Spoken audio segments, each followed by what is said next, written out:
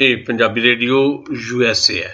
ਸਤਿਕਾਰਯੋਗ ਸਰੋਤਿਓ, ਮੈਂ ਚੰਡੀਗੜ੍ਹ ਸਟੂਡੀਓ ਤੋਂ ਸੁਸ਼ੀਲ ਦੋਸਾਂਝ ਹਾਜ਼ਰ ਹਾਂ ਤੁਹਾਡੇ ਵਾਸਤੇ ਸਾਂਝੀ ਸੱਥ ਪ੍ਰੋਗਰਾਮ ਲੈ ਕੇ। ਸਾਂਝੀ ਸੱਥ ਪ੍ਰੋਗਰਾਮ ਦੇ ਦੋ ਸੈਗਮੈਂਟ ਹੁੰਦੇ ਨੇ, ਤੁਹਾਨੂੰ ਪਤਾ ਹੈ। ਪਹਿਲੇ ਸੈਗਮੈਂਟ ਦੇ ਵਿੱਚ ਮੈਂ ਤੇ ਕਮਲ ਦੋਸਾਂਝ ਤੁਹਾਡੇ ਨਾਲ ਕੁਝ ਚਲੰਤ ਮਾਮਲਿਆਂ ਤੇ ਚਰਚਾ ਕਰਦੇ ਹਾਂ ਤੇ ਦੂਸਰੇ ਸੈਗਮੈਂਟ ਦੇ ਵਿੱਚ ਸਾਡੀ ਕੋਸ਼ਿਸ਼ ਹੁੰਦੀ ਹੈ ਕਿ ਤੁਹਾਨੂੰ ਇੱਕ ਨਵੀਂ ਸ਼ਖਸੀਅਤ ਦੇ ਨਾਲ, ਖਾਸ ਤੌਰ ਦੇ ਉੱਤੇ ਜਿਹੜੀ ਸ਼ਖਸੀਅਤ ਸਾਹਿਤ ਤੇ ਸੱਭਿਆਚਾਰ ਦੇ ਵਿੱਚ ਸਰਗਰਮ ਹੋਵੇ, ਉਹਦੇ ਨਾਲ ਮਿਲਾਇਆ ਜਾਏ।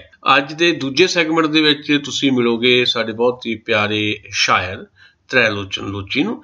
ਪਰ ਪਹਿਲੇ ਸੈਗਮੈਂਟ ਦੇ ਵਿੱਚ ਅਸੀਂ ਚਰਚਾ ਸ਼ੁਰੂ ਕਰ ਰਹੇ ਹਾਂ ਚਲੰਤ ਮਾਮਲਿਆਂ ਦੇ ਉੱਤੇ। ਚਲੰਤ ਮਾਮਲਿਆਂ ਦੇ ਵਿੱਚ ਰਾਜਸੀ ਮਾਮਲੇ ਵੀ ਆਉਂਦੇ ਨੇ, ਸਮਾਜਿਕ ਤੇ ਆਰਥਿਕ ਮਾਮਲੇ ਵੀ ਆਉਂਦੇ ਨੇ, ਪਰ ਜਿਸ ਕਿਸਮ ਦੀ ਸਾਡੇ ਮੁਲਕ ਦੀ ਸਿਆਸਤ ਹੋ ਰਹੀ ਹੈ ਉਹਦੇ 'ਚ ਮੁਲਕ ਤੇ ਪੰਜਾਬ ਦੀ ਸਿਆਸਤ ਨਾਲ ਤੇ ਪੰਜਾਬ ਦੇ ਲੋਕਾਂ ਨਾਲ ਜੁੜੇ ਹੋਏ ਮਸਲੇ ਵਿਚਾਰਨਾ ਸਾਡਾ ਸਭ ਤੋਂ ਪਹਿਲਾ ਫਰਜ਼ ਬਣ ਜਾਂਦਾ ਹੈ। ਸੋ ਗੱਲਬਾਤ ਦਾ ਸਿਲਸਿਲਾ ਸ਼ੁਰੂ ਕਰਦੇ ਹਾਂ। ਬਹੁਤ ਬਹੁਤ ਸਵਾਗਤ ਕਮਲ ਦੋਸਾਂਝ ਜੀ ਸਾਂਝੀ ਸੱਥ ਦੀ ਇਸ ਪ੍ਰੋਗਰਾਮ ਦੇ ਵਿੱਚ। ਬਹੁਤ ਬਹੁਤ ਸ਼ੁਕਰੀਆ ਦੋਸਾਂਝ ਸਾਹਿਬ।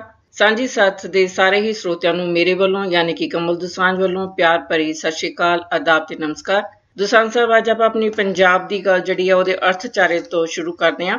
ਪੰਜਾਬ ਜਿਵੇਂ ਕਿ ਆਪਣੀ ਮਿਹਨਤ, ਆਪਣੀ ਲਗਨ ਸਦਕਾ ਹਮੇਸ਼ਾ ਖੁਸ਼ਹਾਲ ਹੁੰਦਾ ਹੈ, ਪਰ ਇਹਨੂੰ ਮਾਰਾਂ ਵੀ ਉਨੀਆਂ ਹੀ ਪਈਆਂ ਨੇ। ਜੇ ਆਪਾਂ ਗੱਲ 1947 ਦੀ ਵੰਡ ਤੋਂ ਸ਼ੁਰੂ ਕਰੀਏ, ਫਿਰ 1984 ਦਾ ਦੌਰ ਆਉਂਦਾ ਹੈ, ਫਿਰ ਨਸ਼ਿਆਂ ਦੀ ਮਾਰ ਨੌਜਵਾਨੀ ਨੂੰ ਖਾ ਰਹੀ ਹੈ, ਫਿਰ ਕਿਸਾਨੀ ਸੰਕਟ ਹੈ।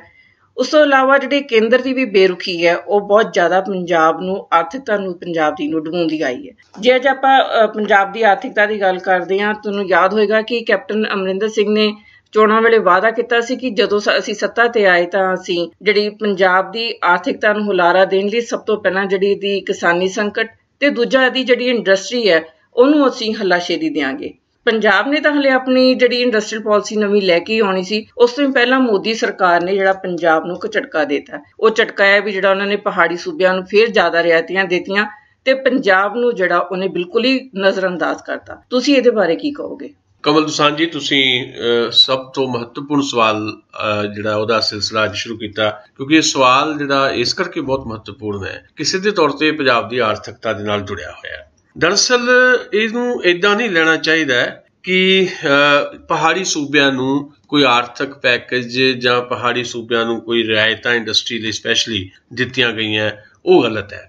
ਅਸਲ 'ਚ ਪਹਾੜੀ ਸੂਬਿਆਂ ਨੂੰ ਪਹਿਲਾਂ ਤੋਂ ਇਹ ਰਿਆਇਤਾਂ ਚੱਲ ਰਹੀਆਂ ਤੇ ਕੋਈ ਕੇਂਦਰ ਸਰਕਾਰ ਜਿਹੜੀ ਇਸ ਵੇਲੇ ਦੀ ਭਾਰਤੀ ਜਨਤਾ ਪਾਰਟੀ ਦੀ ਸਰਕਾਰ ਹੈ, ਇਹਨੇ ਕੋਈ ਨਵਾਂ ਕੰਮ ਨਹੀਂ ਕੀਤਾ ਵੀ ਸਪੈਸ਼ਲੀ ਉਚੇਚੇ ਤੌਰ ਦੇ ਉੱਤੇ ਪਹਾੜੀ ਸੂਬਿਆਂ ਨੂੰ ਖਾਸ ਰਿਆਇਤਾਂ ਦਿੱਤੀਆਂ ਹੋਣ।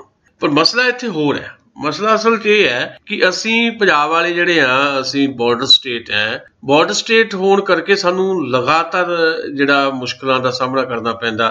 ਕਿਤੇ ਨਾ ਕਿਤੇ ਕੋਈ ਏਦਾਂ ਦੀਆਂ ਸਮੱਸਿਆਵਾਂ ਸਾਡੇ ਸਾਹਮਣੇ ਆ ਜਾਂਦੀਆਂ ਜਿਹਦੇ ਕਰਕੇ ਸਾਡੀ ਆਰਥਿਕਤਾ ਨੂੰ ਸਿੱਧੀ ਸੱਟ ਵੱਜਦੀ ਹੈ। ਕੁਝ ਮਸਲੇ ਜਿੱਦਾਂ ਤੁਸੀਂ 1947 ਦਾ ਜ਼ਿਕਰ ਕੀਤਾ, ਮੁਲਕ ਆਜ਼ਾਦ ਹੋਇਆ, ਫਿਰ 84 ਹੈ, 84 ਦਾ ਵੀ ਤੁਸੀਂ ਜ਼ਿਕਰ ਕੀਤਾ, ਜਾਂ ਹੁਣ ਪੰਜਾਬ ਦੀ ਹਾਲਤ ਜਿਸ ਕਿਸਮ ਦੀ ਹੋਈ ਪਈ ਹੈ, ਉਹਦੇ ਕਰਕੇ ਪੰਜਾਬ ਨੂੰ ਲਗਾਤਾਰ ਬਹੁਤ ਸਾਰੀਆਂ ਮੁਸ਼ਕਲਾਂ ਫੇਸ ਕਰਨੀਆਂ ਪੈਂਦੀਆਂ। ਜਿੱਦਾਂ ਇੱਕ ਕਹਾਵਤ ਵੀ ਹੈ ਕਿ ਪੰਜਾਬ ਦੇ ਜੰਮਿਆਂ ਨੂੰ ਨਿੱਤ ਮੁਹਿੰਮਾਂ, ਇਹ ਮਸਲਾ ਬਣਿਆ ਹੋਇਆ। ਮੇਰਾ ਮੰਨਣਾ ਇਹ ਹੈ ਕਿ ਪਹਾੜੀ ਸੂਬਿਆਂ ਨੂੰ ਖਾਸ ਰਿਆਇਤਾਂ ਦੇਣੀਆਂ ਕੋਈ ਮਾੜੀ ਗੱਲ ਨਹੀਂ ਹੈ, ਪਰ ਪੰਜਾਬ ਦੀ ਬਿਨਾਂ ਦੇ ਉੱਤੇ ਘੱਟੋ ਘੱਟ ਪੰਜਾਬ ਨੂੰ ਅੱਖੋਂ ਪਰੋਖੇ ਕਰਨਾ, ਇਹ ਨਜ਼ਰਅੰਦਾਜ਼ ਕਰਨਾ, ਇਹ ਬਹੁਤ ਮਾੜੀ ਗੱਲ ਹੈ। ਹੁਣ ਮਸਲਾ ਇਹ ਹੈ ਕਿ ਜਿਹੜਾ ਹੁਣ GST ਦਾ ਮਸਲਾ ਹੈ ਵੀ GST ਜਿਹੜਾ ਆ ਪਹਾੜੀ ਸੂਬਿਆਂ ਨੂੰ ਜਿਹੜਾ ਉਹ ਮਾਫ ਕਰ ਦਿੱਤੀ ਗਈ ਹੈ 2027 ਤੱਕ, ਯਾਨੀ 10 ਸਾਲ ਦਾ ਜਿਹੜਾ ਉਹਨਾਂ ਦਾ ਆਰਥਿਕ ਪੈਕੇਜ ਇੱਕ ਵਾਰ ਫਿਰ ਤੋਂ ਵਧਾ ਦਿੱਤਾ ਗਿਆ। ਜਿਹੜੀਆਂ ਪਿਛਲੀਆਂ ਜਿਹੜੇ ਸਪੈਸ਼ਲ ਸਟੇਟਸ ਜਿਹੜਾ ਉਹਨਾਂ ਦਾ ਸੀਗਾ, ਇਸ ਮਸਲੇ ਦੇ ਉੱਤੇ ਉਹਨੂੰ ਬਹਾਲ ਕੀਤਾ ਗਿਆ 10 ਸਾਲ ਵਾਸਤੇ ਹੋਰ, ਤੇ GST ਵੀ ਬਿਲਕੁਲ ਮਾਫ ਕਰ ਦਿੱਤਾ ਗਿਆ। ਹੁਣ ਪੰਜਾਬ ਜਿਹੜਾ ਆ ਲਗਾਤਾਰ ਡਿਮਾਂਡ ਕਰ ਰਿਹਾ ਵੀ GST ਜਿਹੜੀ ਹੈ ਬਾਰਡਰ ਸਟੇਟ ਕਰਕੇ ਸਾਡੀ ਵੀ ਮਾਫ ਕੀਤੀ ਜਾਵੇ। ਬਾਰਡਰ ਸਟੇਟ ਕਰਕੇ ਸਾਡੀ GST ਮਾਫ ਕੀ ਕਰਦੀ ਹੈ? ਸਾਡੇ ਤਾਂ ਜਿਹੜੇ ਘੱਟੋ ਘੱਟ ਜਿਹੜੇ ਗੁਰੂ ਘਰ ਹੈ ਉਹਨਾਂ ਜਿਹੜਾ ਲੰਗਰ ਦੀ ਪ੍ਰਥਾ ਆ ਜਾਂ ਧਾਰਮਿਕ ਸਥਾਨ ਦਾ ਜਿਹੜੀ ਲੰਗਰ ਦੀ ਪ੍ਰਥਾ ਹੈ, ਉਹਦੇ 'ਚ ਵੀ GST ਜਿਹੜੀ ਆ ਲਾਗੂ ਆ। ਜਿਹੜੀਆਂ ਚੀਜ਼ਾਂ ਅਸੀਂ ਬਾਹਰੋਂ ਖਰੀਦਦੇ ਆ, ਦਾਲਾਂ ਆ ਜਾਂ ਜਿਹੜਾ ਰਸਦ ਪਾਣੀ ਹੈ ਖਰੀਦਦੇ ਆ, ਉਹਦੇ ਸ਼੍ਰੋਮਣੀ ਅਕਾਲੀ ਦਲ BJP ਦੀ ਆਪਣੀ ਪਾਲਿਸੀ ਹੈ। ਇੱਕ ਸ਼੍ਰੋਮਣੀ ਅਕਾਲੀ ਦਲ ਦੇ ਜਿਹੜੇ ਆਗੂ ਆ ਹੁਣ ਪੰਜਾਬ ਗੌਰਮੈਂਟ 'ਤੇ ਜ਼ੋਰ ਪਾ ਰਹੇ ਆ ਕਿ ਉਹ ਜਿਹੜੇ ਧਾਰਮਿਕ ਸਥਾਨ ਹੈ ਉਹਨਾਂ ਦਾ ਜਿਹੜਾ GST ਮਾਫ ਕਰੇ, ਜਦਕਿ ਖੁਦ ਦਿੱਲੀ ਦੇ ਵਿੱਚ ਉਹਨਾਂ ਦੀ ਆਪ ਦੀ ਸਰਕਾਰ ਹੈ। ਕਿਰਪਾਲ ਸਿੰਘ ਬਡੂੰਗਰ ਦਾ ਅੱਜ ਬਿਆਨ ਆਇਆ, ਸ਼੍ਰੋਮਣੀ ਗੁਰਦੁਆਰਾ ਪ੍ਰਬੰਧਕ ਕਮੇਟੀ ਦੇ ਪ੍ਰਧਾਨ ਹੈ, ਕਹਿੰਦੇ ਅਸੀਂ ਕੈਪਟਨ ਅਮਰਿੰਦਰ ਨੂੰ ਮਿਲਾਂਗੇ ਕਿ ਪੰਜਾਬ 'ਚ ਜਿਹੜੇ ਗੁਰੂ ਘਰ ਹੈ ਉਹਨਾਂ 'ਚ ਜਿਹੜੀ ਇਹ GST ਲਾਈ ਉਹ ਮਾਫ ਹੋਵੇ। पर सवाल ये बनता है कि उन्होंने आप दी पार्टी श्रोमणी अकाली दल वो केंद्र सरकार दे विच शामिल है, केंद्र सरकार ये कदम क्यों नहीं चुकती? अच्छा हुण जे फिर वापस आप इंडस्ट्री ते आईए तो दो कारण है। मैं तुहानूं दसदा कि इंडस्ट्री जिहड़ी पंजाब दी बहुत बुरी तरह जिहड़ी तबाह हो रही है, उहदे च पंजाब गवर्नमेंट जिहड़ी है उहदी अपनी नलैकी भी है, चाहे अज दी कैप्टन अमरिंदर दी सरकार है, चाहे 10 साल पहला श्रोमणी अकाली दल बीजेपी दी गवर्नमेंट रही, उहदे च केंद्र सरकार दा जिहड़ा बहुत ही मतरेई मां वाला सलूक है पंजाब दे नाल, ओह कसूरवार है। और मसला यह है कि हरियाणा हिमाचल नूं जां पहाड़ी सूबिਆਂ ਨੂੰ हिमाचल नूं जम्मू कश्मीर ਨੂੰ ਜਿਹੜੀ ਰਿਆਇਤ ਦਿੱਤੀ ਗਈ ਹੈ, ਅਸੀਂ ਇਹ ਮਸਲਾ ਨਾ ਬਣਾਈਏ ਵੀ ਉਹਨਾਂ ਦੀ ਰਿਆਇਤਾਂ ਬੰਦ ਕਰ ਦਿਓ। ਉਹਨਾਂ ਦੀ ਲੋੜ ਹੈ, ਉਹਨਾਂ ਨੂੰ ਰਿਆਇਤਾਂ ਦਿਓ, ਪਰ ਸਾਨੂੰ ਵੀ ਬਾਰਡਰ ਸਟੇਟ ਕਰਕੇ ਰਿਆਇਤਾਂ ਦਿਓ। ਸਾਡੀ ਇੰਡਸਟਰੀ ਜਿਹੜੀ ਹੈ ਇਦਾਂ ਉੱਜੜ ਗਈ 1984 ਦੇ ਵਿੱਚ, ਜਿਹੜਾ ਤੁਸੀਂ ਜ਼ਿਕਰ ਕਰ ਰਹੇ ਸੀ, ਉਦੋਂ ਜਾਂ ਉਸ ਤੋਂ ਪਹਿਲਾਂ 5-7 ਸਾਲ ਜਾਂ 84 ਤੋਂ ਬਾਅਦ ਦੇ 5-7 ਸਾਲ, ਜਿਹੜਾ 15 ਸਾਲ ਦਾ ਅਸੀਂ ਸੰਤਾਪ ਹੋ ਗਿਆ। ਉਸ ਸੰਤਾਪ ਦੇ ਦੌਰਾਨ ਜਿੰਨੀ ਸਾਡੀ ਇੰਡਸਟਰੀ ਸੀ ਸਾਰੀ ਉੱਠ ਕੇ ਜਿਹੜੀ ਆ ਨੋਇਡਾ ਚਲ ਗਈ, ਖਾਸ ਤੌਰ ਤੇ ਲੁਧਿਆਣੇ ਦੀ ਇੰਡਸਟਰੀ। ਜਿਹੜੀ ਸਾਡੀ ਸਮਾਲ ਸਕੇਲ ਇੰਡਸਟਰੀ ਸੀਗੀ ਗੁਰਾਇਆ ਜਾਂ ਮੰਡੀ ਗੋਬਿੰਦਗੜ੍ਹ ਜਾਂ ਬਟਾਲਾ, ਉਹ ਬਿਲਕੁਲ ਖਤਮ ਹੋ ਗਈ। ਜਿਹੜੀ ਸਾਡੀ ਘਰੇਲੂ ਇੰਡਸਟਰੀ ਸੀ ਥੋੜੀ ਬਹੁਤ ਬਚੀ ਹੋਈ ਲੁਧਿਆਣੇ ਦੇ ਵਿੱਚ, ਉਹ ਵੀ ਖਤਮ ਹੋਣ ਦੇ ਕਿਨਾਰੇ ਤੇ ਹੈ। ਦੂਜਾ, ਜਦੋਂ ਸਾਡੇ ਗੁਆਂਢ ਦੀ ਸਟੇਟ ਜਿਹੜੀਆਂ ਹੈਗੀਆਂ ਉਹਨਾਂ ਨੂੰ ਸਪੈਸ਼ਲ ਸਟੇਟਸ ਦੇ ਦਿੱਤਾ ਗਿਆ। ਮੰਨ ਲਓ ਬਿਜਲੀ ਆ, ਮੰਨ ਲਓ ਬਿਜਲੀ ਉੱਥੇ ਸਸਤੀ ਆ, ਜਿਹੜੇ ਸਾਡੇ ਬਾਰਡਰ ਦੇ ਏਰੀਏ ਆ, ਸਾਡੇ ਜਿਹੜੇ ਚੰਡੀਗੜ੍ਹ ਜਾਂ ਮੋਹਾਲੀ ਦੇ ਲਾਗੇ ਵਾਲੇ ਏਰੀਏ, ਉਹ ਸਾਰੀ ਇੰਡਸਟਰੀ ਉੱਠ ਕੇ ਬੱਦੀ 'ਚ ਚਲ ਗਈ। ਜਿਹੜੇ ਇੱਧਰ ਪਠਾਨਕੋਟ ਵਾਲੇ ਏਰੀਏ ਉਹ ਸਾਰੀ ਇੰਡਸਟਰੀ ਉੱਠ ਕੇ ਜਿਹੜੀ ਆ ਜੰਮੂ ਕਸ਼ਮੀਰ ਚਲ ਗਈ, ਕਿਉਂਕਿ ਉੱਥੇ ਸਪੈਸ਼ਲ ਸਟੇਟਸ ਹੈ। ਸੋ ਅਲਟੀਮੇਟਲੀ ਸਾਡੀ ਇੰਡਸਟਰੀ ਤਬਾਹ ਹੋ ਗਈ। ਪਹਿਲਾਂ ਪੰਜਾਬ ਦੇ ਸੰਕਟ ਨੇ ਤਬਾਹ ਕੀਤੀ, ਫਿਰ ਪੰਜਾਬ ਦੇ ਸੰਕਟ ਤੋਂ ਬਾਅਦ ਜਿਹੜਾ ਪਹਾੜੀ ਸੂਬਿਆਂ ਨੂੰ ਸਪੈਸ਼ਲ ਸਟੇਟਸ ਦੇ ਦਿੱਤਾ ਗਿਆ, ਪੰਜਾਬ ਨੂੰ ਉਹਦਾ ਕੰਸੀਡਰ ਨਹੀਂ ਕੀਤਾ ਗਿਆ। ਇਸ ਕਰਕੇ ਪੰਜਾਬ ਦੇ ਜਿਹੜੇ ਇੰਡਸਟਰੀਅਲਸ ਸੀਗੇ ਜਾਂ ਉਦਯੋਗਪਤੀ ਸੀ, ਉਹ ਸਾਰਾ ਕੰਮ ਛੱਡ ਕੇ ਉੱਧਰ ਚਲੇ ਗਏ। ਸੋ ਲੋੜ ਇਸ ਗੱਲ ਦੀ ਹੈ ਕਿ ਅਸੀਂ ਇਹ ਮੰਗ ਕਰੀਏ ਪੰਜਾਬ ਵਾਲੇ, ਚਾਹੇ ਸਿਆਸੀ ਤੌਰ ਦੇ ਉੱਤੇ ਆਮ ਆਦਮੀ ਪਾਰਟੀ ਨੇ ਮੰਗ ਕੀਤੀ ਆ, ਅਕਾਲੀ ਦਲ ਨੇ ਮੰਗ ਕੀਤੀ, ਅਕਾਲੀ ਦਲ ਆਪ ਹਕੂਮਤ ਦੇ ਵਿੱਚ ਹੈ। ਮੈਨੂੰ ਤਾਂ ਹਾਸਾ ਆਉਂਦਾ ਅਕਾਲੀ ਦਲ ਜਦੋਂ ਇਦਾਂ ਦੀਆਂ ਮੰਗਾਂ ਕਰਦਾ ਵੀ ਤੁਸੀਂ ਤਾਂ ਆਪ ਹਾਲੇ ਵੀ ਹਕੂਮਤ ਦੇ ਵਿੱਚ ਹੋ, ਕੇਂਦਰ ਦੇ ਵਿੱਚ। ਤੁਹਾਡੀ ਆਪਣੀ ਬੀਬੀ ਹਰਸਿਮਰਤ ਕੌਰ ਬਾਦਲ ਕੇਂਦਰੀ ਮੰਤਰੀ ਹੈ, ਉਹਦੇ ਬਾਵਜੂਦ ਤੁਸੀਂ ਇਦਾਂ ਦੀ ਗੱਲ ਕਰ ਰਹੇ ਹੋ। ਜਾਂ ਕਿਰਪਾਲ ਸਿੰਘ ਬਡੂੰਗਰ ਗੱਲ ਕਰ ਰਹੇ ਹੈ। ਆਮ ਆਦਮੀ ਪਾਰਟੀ ਦੇ ਸੁਖਪਾਲ ਸਿੰਘ ਖਹਿਰਾ ਨੇ ਕਿਹਾ ਕਿ ਪੰਜਾਬ ਦੀ ਇੰਡਸਟਰੀ ਤਬਾਹ ਹੋ ਜਾਏਗੀ। ਇਹ ਗੱਲ ਠੀਕ ਹੈ। ਕਾਂਗਰਸ ਪਾਰਟੀ ਨੂੰ ਇਹਦੇ ਤੇ ਸੋਚਣਾ ਚਾਹੀਦਾ, ਕਾਂਗਰਸ ਪਾਰਟੀ ਨੂੰ ਇਹਤੇ ਜ਼ੋਰ ਦੇਣਾ ਚਾਹੀਦਾ, ਕਾਂਗਰਸ ਪਾਰਟੀ ਨੂੰ ਦਿੱਲੀ ਤੇ ਪ੍ਰੈਸ਼ਰ ਪਾਉਣਾ ਚਾਹੀਦਾ। ਪਰ ਕਿਉਂਕਿ ਦਿੱਲੀ ਦੇ ਵਿੱਚ ਕਾਂਗਰਸ ਪਾਰਟੀ ਤੋਂ ਵਿਰੋਧੀ ਧਿਰ ਦੀ ਸਰਕਾਰ ਹੈ, ਬੀਜੇਪੀ ਦੀ ਸਰਕਾਰ ਹੈ, ਉਹ ਪੰਜਾਬ ਨੂੰ ਇੰਨਾ ਬਹੁਤਾ ਤਵੱਜੋ ਨਹੀਂ ਦੇਣਗੇ। 10 ਸਾਲ ਅਕਾਲੀਆਂ ਦੇ ਹੁੰਦਿਆਂ ਜਿਹੜੇ ਆਪ ਸਰਕਾਰ 'ਚ ਸੀਗੇ ਕੇਂਦਰ ਸਰਕਾਰ ਦੇ ਵਿੱਚ, ਜੇ ਉਹ 10 ਸਾਲ ਦੇ ਵਿੱਚੋਂ ਜਿਹੜੇ ਪਿਛਲੇ 3 ਸਾਲ ਜਦੋਂ ਬੀਜੇਪੀ ਦੀ ਗਵਰਨਮੈਂਟ ਰਹੀ ਆ ਦਿੱਲੀ ਦੇ ਵਿੱਚ, ਉਦੋਂ ਪੰਜਾਬ ਦੀ ਨਹੀਂ ਸੁਣੀ ਗਈ, ਤੇ ਅੱਜ ਕਾਂਗਰਸੀਆਂ ਦੇ ਕਹੇ ਤੇ ਨਰਿੰਦਰ ਮੋਦੀ ਪੰਜਾਬ ਦੀ ਕਿਉਂ ਸੁਣਨਗੇ? ਜੀ ਬਿਲਕੁਲ ਠੀਕ ਹੈ ਉਦਸਾਨ ਸਾਹਿਬ, ਤੁਸੀਂ ਜਿਸ ਤਰ੍ਹਾਂ ਸਾਡਾ ਪੰਜਾਬ ਵੱਖ-ਵੱਖ ਹੱਲਿਆਂ ਵੇਲੇ ਸੰਤਾਪ ਹੰਢਾਉਂਦਾ ਹੈ ਤੇ ਜਿਹੜੀ ਦੀ ਆਰਥਿਕਤਾ ਪੂਰੇ ਨਾਜ਼ੁਕ ਦੌਰ 'ਚੋਂ ਇਸ ਵਕਤ ਲੰਘ ਰਹੀ ਹੈ, ਜਿਵੇਂ ਕਿ ਕੈਪਟਨ ਅਮਰਿੰਦਰ ਸਿੰਘ ਬਾਰੇ ਕਿਹਾ ਜਾਂਦਾ ਕਿ ਬੜੇ ਅੜਬ ਸੁਭਾਅ ਦੇ ਨੇ, ਅਸੀਂ ਤਾਂ ਉਮੀਦ ਹੀ ਕਰ ਸਕਦੇ ਹਾਂ ਕਿ ਕੈਪਟਨ ਅਮਰਿੰਦਰ ਸਿੰਘ ਹੋਰੀ ਹੈ ਜਿਹੜਾ ਦਬਾਅ ਬਣਾਉਣ ਕੇਂਦਰ ਸਰਕਾਰ ਤੇ, ਜਿਹੜਾ ਪੰਜਾਬ ਨਾਲ ਏਦਾਂ ਦਾ ਅਨਿਆਂ ਨਾ ਹੋਵੇ। ਦੂਜੀ ਆਪਾਂ ਕੈਪਟਨ ਸਰਕਾਰ ਦੀ ਹੀ ਗੱਲ ਕਰਦੇ ਹਾਂ। ਕੈਪਟਨ ਸਰਕਾਰ ਨੇ ਪਹਿਲਾਂ ਤਾਂ ਚੋਣਾਂ ਵੇਲੇ ਵਾਅਦੇ ਕੀਤੇ ਸੀ ਕਿ ਅਸੀਂ ਨੌਜਵਾਨਾਂ ਨੂੰ 50 ਲੱਖ ਦੇ ਕਰੀਬ ਨੌਕਰੀਆਂ ਦੇਵਾਂਗੇ। ਹੁਣ ਇਸ ਵਾਰੀ ਆਜ਼ਾਦੀ ਦਿਹਾੜੇ ਤੇ ਉਹਨਾਂ ਨੇ ਫੇਰ ਐਲਾਨ ਕੀਤਾ, ਹੁਣ ਉਹ ਘਟ ਗਏ। ਹੁਣ ਉਹਨਾਂ ਨੇ ਕਿਹਾ ਕਿ ਅਸੀਂ 50,000 ਨੌਕਰੀਆਂ ਦੀ ਜਿਹੜੀ ਆ ਨੌਜਵਾਨਾਂ ਦੀ ਮੰਗ ਪੂਰੀ ਕਰਾਂਗੇ। ਤੁਹਾਨੂੰ ਕੀ ਲੱਗਦਾ ਕਿ ਹੁਣ ਉਹ 50,000 ਨੌਕਰੀਆਂ ਦਾ ਵਾਅਦਾ ਪੂਰਾ ਕਰਨਗੇ?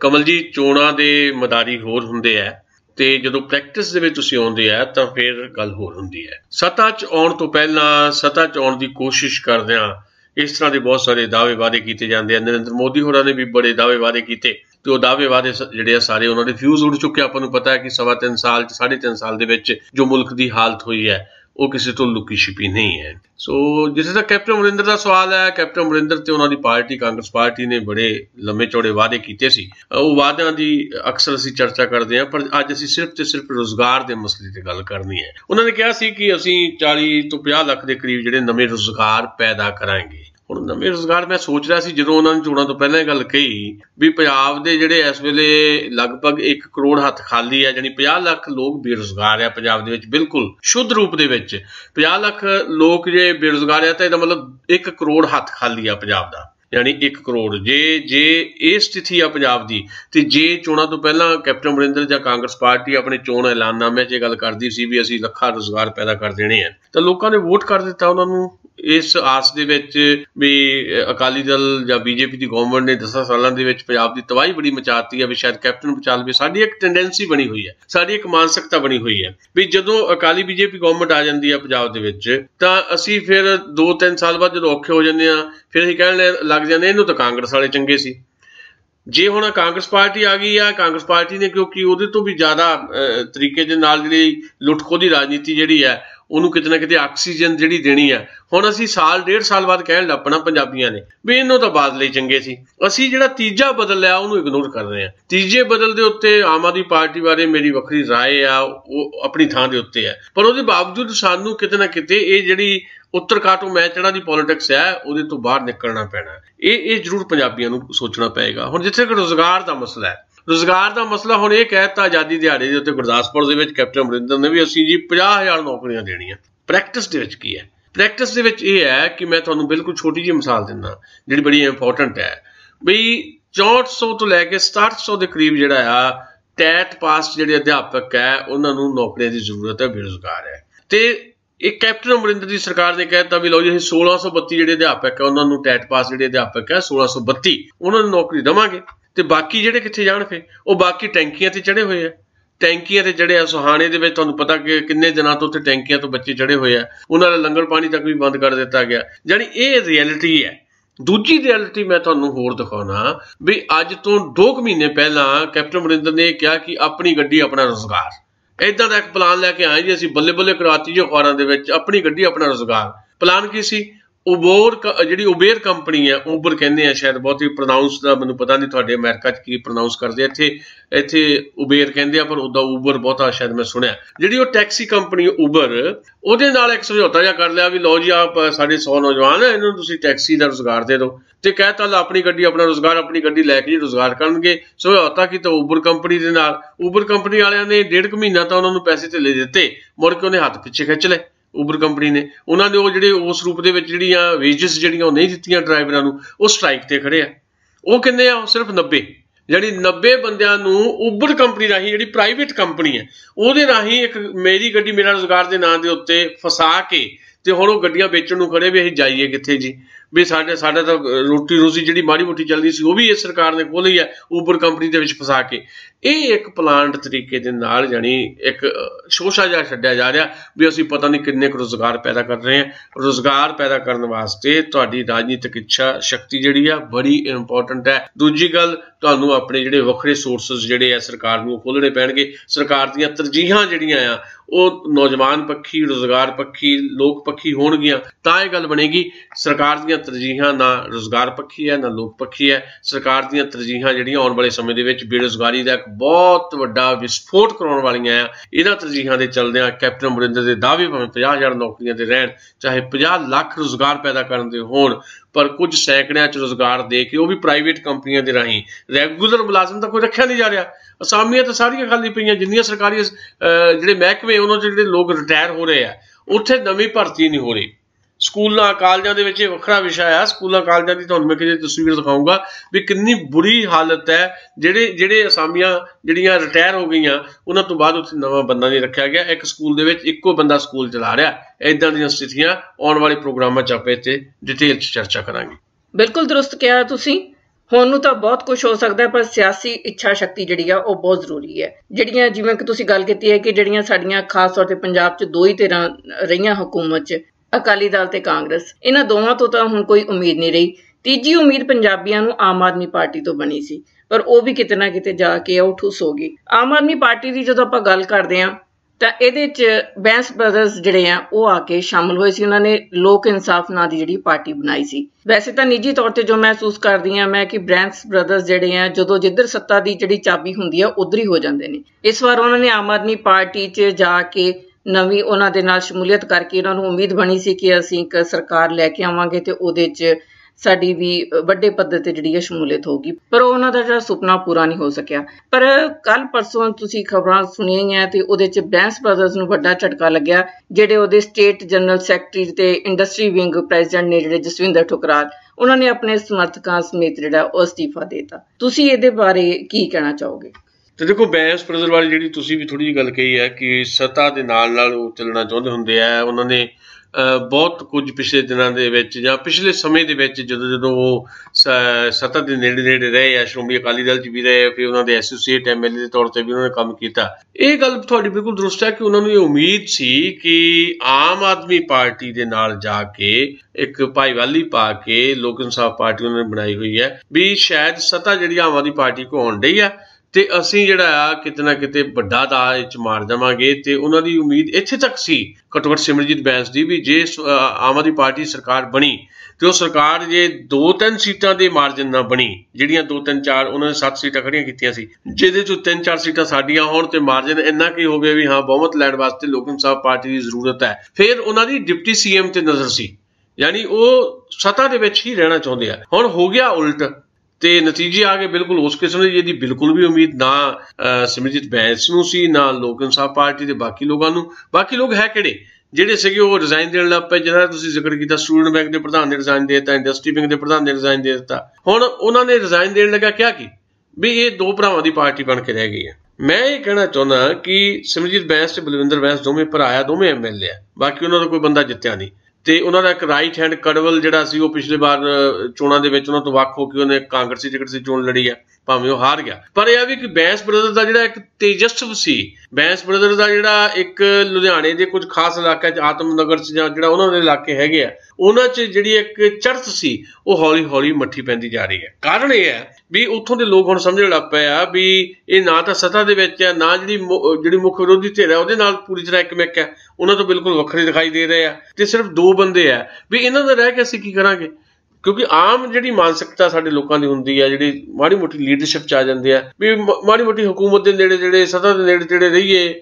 ਸੋ ਜਿਹੜੇ ਲੋਕ ਇਹਨਾਂ ਨੂੰ ਛੱਡ ਕੇ ਹੁਣ ਜਾ ਰਹੇ ਆ ਨਾ ਉਹ ਹੌਲੀ ਹੌਲੀ ਕੜਵਲ ਦੇ ਆਲੇ ਦੁਆਲੇ ਇਕੱਠੇ ਹੋ ਕੇ ਕਾਂਗਰਸ ਜਾਣਗੇ ਵੀ ਮਾੜੇ ਮੋਟੇ ਲਾਭ ਲੈਣੇ ਆ ਤੇ ਇਹ ਜਿਹੜੇ ਆ ਹੌਲੀ ਹੌਲੀ ਇਕੱਲੇ ਹੋ ਜਾਣਗੇ। ਹਾਲੇ ਵੀ ਮੌਕਾ ਹੈ ਕਿ ਉਹ ਸਹੀ ਰਾਜਨੀਤੀ ਕਰਨ। ਉਹ ਇੱਕ ਰਾਜਨੀਤੀ ਜਿਹੜੀ ਜੇ ਆਮ ਆਦਮੀ ਪਾਰਟੀ ਦੇ ਨਾਲ ਹੈ ਤਾਂ ਪੂਰੀ ਤਰ੍ਹਾਂ ਫਿਰ ਆਮ ਆਦਮੀ ਪਾਰਟੀ ਦੇ ਨਾਲ ਜਾਣ, ਛੱਡ ਦੇਣ ਲੋਕ ਇਨਸਾਫ ਪਾਰਟੀ ਨੂੰ ਤੇ ਬਕਾਇਦਾ ਬਿਨਾਂ ਸ਼ਰਤ ਆਮ ਆਦਮੀ ਪਾਰਟੀ ਸ਼ਾਮਲ ਹੋ ਕੇ ਵਿਰੋਧੀ ਧਿਰ ਦੀ ਜਿਹੜੀ ਇੱਕ ਜ਼ਿੰਮੇਵਾਰ ਭੂਮਿਕਾ ਆ ਉਹ ਜ਼ਿੰਮੇਵਾਰ ਭੂਮਿਕਾ ਨਿਭਾਉਣੇ। ਆਫਰ ਹੋਈ ਸੀ ਸਿਮਰਜੀਤ ਬੈਂਸ ਨੂੰ, ਆਫਰ ਹੋਈ ਸੀ ਵੀ ਆਮ ਆਦਮੀ ਪਾਰਟੀ ਸ਼ਾਮਲ ਹੋ ਜਾਓ, ਤੁਹਾਨੂੰ ਵਿਰੋਧੀ ਧਿਰ ਦਾ ਲੀਡਰ ਬਣਾਉਂਦੇ ਆ। ਪਰ ਇਹਨਾਂ ਦੇ ਮਨ 'ਚ ਇਹ ਸੀ ਵੀ ਅਸੀਂ ਤਾਂ ਬਹੁਤ ਜ਼ਿਆਦਾ ਤਾਕਤਵਰ ਹੋ ਜਾਾਂਗੇ ਜੇ ਅਸੀਂ ਥੋੜੇ ਵੱਖਰੇ ਰਹਿ ਕੇ ਰਾਜਨੀਤੀ ਕਰਾਂਗੇ ਤੇ ਅਸੀਂ ਜ਼ਿਆਦਾ ਹਿੱਸਾ ਜਿਹੜਾ ਸੱਤਾ 'ਚੋਂ ਲੈ ਲਾਂਗੇ। ਨਾ ਸੱਤਾ ਮਿਲੀ, ਨਾ ਸਿਆਸਤ ਦੇ ਵਿੱਚ ਕੋਈ ਬਹੁਤ ਜ਼ਿਆਦਾ ਪਾਵਰਫੁਲ ਪੋਜੀਸ਼ਨ ਬਣ ਸਕੀ। ਇਹ ਹਾਲਤ ਜਿਹੜੀ ਇਸ ਵੇਲੇ ਉਹਨਾਂ ਦੀ ਹੈਗੀ ਹੈ ਲੋਕ ਇਨਸਾਫ ਪਾਰਟੀ ਦੀ। ਲੋਕ ਇਨਸਾਫ ਪਾਰਟੀ ਸਿਰਫ ਨਾ ਆ, ਦੋਵੇਂ ਭਰਾ ਨੇ ਤੇ ਦੋਵੇਂ ਭਰਾ ਹੁਣ ਸੱਚਮੁੱਚ ਹੀ ਹੌਲੀ ਹੌਲੀ ਇਕੱਲੇ ਪੈਂਦੇ ਜਾ ਰਹੇ ਆ। ਜਿੰਨੇ ਕੁ ਲੋਕ ਸੀ ਉਹਨਾਂ ਨੂੰ ਛੱਡ ਕੇ ਇੱਧਰ ਉੱਧਰ ਜਾ ਰਹੇ। ਜੀ ਬਿਲਕੁਲ ਸਹੀ ਦੁਸਾਂਝ ਸਾਹਿਬ। ਹੁਣ ਆਪਾਂ ਕੇਂਦਰ ਦੀ ਸਿਆਸਤ ਵੱਲ ਆਉਂਦੇ ਹਾਂ। ਜਿਵੇਂ ਕਿ ਭਾਰਤੀ ਜਨਤਾ ਪਾਰਟੀ ਦੇਸ਼ ਦੇ ਕਈ ਸੂਬਿਆਂ 'ਚ ਬਹੁਮਤ ਨਾਲ ਜਾਂ ਫਿਰ ਭਾਈਵਾਲੀ ਨਾਲ ਆਪਣੇ ਪੈਰ ਪਸਾਰਦੀ ਜਾ ਰਹੀ ਹੈ। ਹੁਣ ਭਾਜਪਾ ਨੇ ਜਿਹੜਾ ਦਾਅਵਾ ਕੀਤਾ ਕਿ ਜਿਹੜੀਆਂ 2019 'ਚ ਲੋਕ ਸਭਾ ਚੋਣਾਂ ਆ ਰਹੀਆਂ ਅਸੀਂ 360 ਸੀਟਾਂ ਜਿੱਤਾਂਗੇ। ਜਿਹੜਾ ਭਾਜਪਾ ਇਹ ਦਾਅਵਾ ਕਰ ਰਹੀ ਹੈ, ਤੁਸੀਂ ਇਸ ਦਾਅਵੇ ਬਾਰੇ ਕੀ ਆਪਣੇ ਵਿਚਾਰ ਰੱਖੋਗੇ? ਦੇਖੋ, ਭਾਰਤੀ ਜਨਤਾ ਪਾਰਟੀ ਦਾ ਜਾਂ ਅਮਿਤ ਸ਼ਾਹ ਦਾ ਦਾਅਵਾ ਜਿਹੜਾ ਆ ਉਹ ਬਿਲਕੁਲ ਵਾਜਬ ਇਸ ਕਰਕੇ ਹੈ ਕਿ ਜਿਵੇਂ ਉਹਨਾਂ ਨੇ ਪਿਛਲੇ ਸਮੇਂ ਦੇ ਵਿੱਚ ਪੋਲਿਟਿਕਸ ਖੇਡੀ ਹੈ, ਜੋੜ ਤੋੜ ਦੀ ਪੋਲਿਟਿਕਸ ਖਾਸ ਤੌਰ ਦੇ ਉੱਤੇ, ਸਰਕਾਰਾਂ ਨੂੰ ਤੋੜਿਆ ਗਿਆ, ਫਿਰ ਵਿਰੋਧੀਆਂ ਨੂੰ ਜੋੜ ਕੇ ਕੁਝ ਲੋਕਾਂ ਨੂੰ ਤੋੜ ਕੇ ਆਪਣੇ ਨਾਲ ਰਲਾ ਕੇ ਆਪਣੀਆਂ ਸਰਕਾਰਾਂ ਬਣਾਉਣ ਦੀ ਕੋਸ਼ਿਸ਼ ਕੀਤੀ ਗਈ। ਜਿਹਦਾ ਸਭ ਤੋਂ ਵੱਡਾ ਜਿਹੜਾ ਉਦਾਹਰਣ ਹੈ ਉਹ ਬਿਹਾਰ ਦੀ ਹੁਣ ਤਾਜ਼ਾ ਜਿਹੜੀ ਰਾਜਨੀਤੀ ਹੈ, ਜਿਹਦੇ 'ਚ ਤਾਜ਼ੀਆਂ ਖਬਰਾਂ ਜਿਹੜੀਆਂ ਹੁਣ ਆ ਰਹੀਆਂ ਕਿ ਉਹਨਾਂ ਨੇ NDA 'ਚ ਸ਼ਾਮਲ ਹੋਣਾ ਵੀ ਮੰਨ ਲਿਆ, ਜਨਤਾ ਦਲ ਯੂਨਾਈਟਿਡ ਨੇ। ਤੇ ਆਉਂਦੇ ਦਿਨਾਂ ਦੇ ਵਿੱਚ 2 ਮੰਤਰੀ ਜਨਤਾ ਦਲ ਯੂਨਾਈਟਿਡ ਦੇ ਲਏ ਜਾਣਗੇ NDA ਦੇ ਵਿੱਚ। ਯਾਨੀ ਜਿਨ੍ਹਾਂ ਨੇ ਕਦੀ ਕਿਹਾ ਸੀ ਕਿ ਨਰਿੰਦਰ ਮੋਦੀ ਸਾਨੂੰ ਪ੍ਰਵਾਨ ਨਹੀਂ ਹੈ, ਉਹ ਨਰਿੰਦਰ ਮੋਦੀ ਦੇ ਪੈਰੀਂ ਪੈ ਗਏ ਨੇ ਹੁਣ। ਤੇ ਉਹਦੇ 'ਚ ਜਿਹੜੀ ਸਫਲਤਾ ਤੁਸੀਂ ਕਹਿ ਸਕਦੇ ਹੋ ਜੋੜ ਤੋੜ ਦੀ ਰਾਜਨੀਤੀ ਦੀ ਸਫਲਤਾ ਅਮਿਤ ਸ਼ਾਹ ਦੀ ਤੇ ਨਰਿੰਦਰ ਮੋਦੀ ਦੀ ਜੋੜੀ ਦੀ, ਉਹ ਇਸ ਵੇਲੇ ਪ੍ਰਫੁੱਲਤ ਹੋ ਰਹੀ ਹੈ।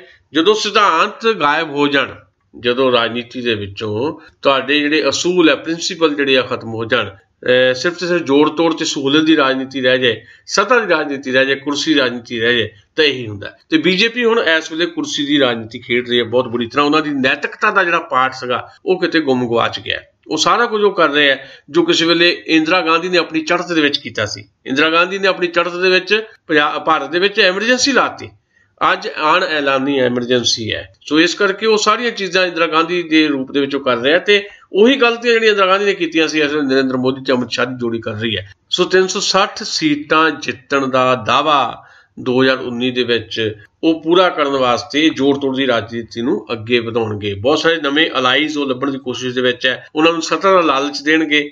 ਲੈ ਦੇ ਦੀ ਰਾਜਨੀਤੀ ਇਸ ਵੇਲੇ ਜਿਹੜੀ ਹਾਵੀ ਹੈ ਉਹ ਸਾਊਥ ਦੇ ਵਿੱਚ ਖਾਸ ਤੌਰ ਦੇ ਉੱਤੇ ਪੱਛਮੀ ਬੰਗਾਲ ਦੇ ਵਿੱਚ, ਕੇਰਲਾ ਦੇ ਵਿੱਚ ਜਾਣ ਦੀ ਕੋਸ਼ਿਸ਼ ਕਰ ਰਹੇ ਹੈ। ਪੰਜਾਬ ਦੇ ਵਿੱਚ ਵਿਸ਼ੇਸ਼ ਤੌਰ ਦੇ ਉੱਤੇ ਭਾਰਤੀ ਜਨਤਾ ਪਾਰਟੀ, ਸ਼੍ਰੋਮਣੀ ਅਕਾਲੀ ਦਲ ਪਹਿਲਾਂ ਵੀ ਇਕੱਠੇ ਹੈ, ਹੁਣ ਕਾਂਗਰਸ ਪਾਰਟੀ ਦੀ ਹੁਕੂਮਤ ਹੈ ਕੈਪਟਨ ਅਮਰਿੰਦਰ ਦੀ ਅਗਵਾਈ ਦੇ ਵਿੱਚ। ਪਰ ਉਹ ਪੰਜਾਬ ਦੇ ਵਿੱਚ ਵੀ RSS ਜਿਹੜੀ ਹੈ BJP ਦੀ ਰਾਹੀਂ ਪਿੰਡ ਪਿੰਡ ਪਹੁੰਚਣ ਦਾ ਇੱਕ ਪਲਾਨ ਕਰਕੇ ਬੈਠੀ ਹੈ। ਉਹ ਪਲਾਨ ਕੀ ਹੈ ਅਸੀਂ ਅਗਲੇ ਪ੍ਰੋਗਰਾਮ ਵਿੱਚ ਦੱਸਾਂਗੇ ਤੁਹਾਨੂੰ, ਕਿਉਂਕਿ ਬਹੁਤ ਹੀ ਸੰਵੇਦਨਸ਼ੀਲ ਮਸਲਾ ਹੈ ਤੇ ਬਹੁਤ ਹੀ ਅੰਦਰੂਨੀ ਸੂਤਰ ਜਿਹੜੇ ਬਹੁਤ ਮੇਰੇ ਨੇੜੇ ਦੇ ਸੂਤਰ ਹੈ, ਉਹਨਾਂ ਨੇ ਮੈਨੂੰ ਇਹ ਜਾਣਕਾਰੀ ਦਿੱਤੀ ਹੈ ਕਿ ਪੰਜਾਬ ਦੇ ਵਿੱਚ RSS ਕਿਵੇਂ ਆਪਣੇ ਪੈਰ ਪਸਾਰਨ ਜਾ ਰਹੀ ਹੈ, ਉਹਨਾਂ ਦੀ ਯੋਜਨਾ ਕੀ ਹੈ। ਉਹ ਆਉਂਦੇ ਦਿਨਾਂ 'ਚ ਆਪਾਂ ਜ਼ਰੂਰ ਤੁਹਾਡੇ ਨਾਲ ਇਹ ਗੱਲਾਂ ਸਾਂਝੀਆਂ ਕਰਾਂਗੇ ਅਗਲੇ ਪ੍ਰੋਗਰਾਮਾਂ ਦੇ ਵਿੱਚ। ਸੋ ਉਹ ਹਰ ਥਾਂ ਦੇ ਉੱਤੇ ਆਪਣੇ ਪੈਰ ਪਸਾਰਨ ਦੀ ਕੋਸ਼ਿਸ਼ ਦੇ ਵਿੱਚ ਹੈ, ਜੋੜ ਤੋੜ ਦੀ ਰਾਜਨੀਤੀ ਦੇ ਨਾਲ ਵੀ, ਡਰਾਵੇ ਦੀ ਰਾਜਨੀਤੀ ਦੇ ਨਾਲ ਵੀ।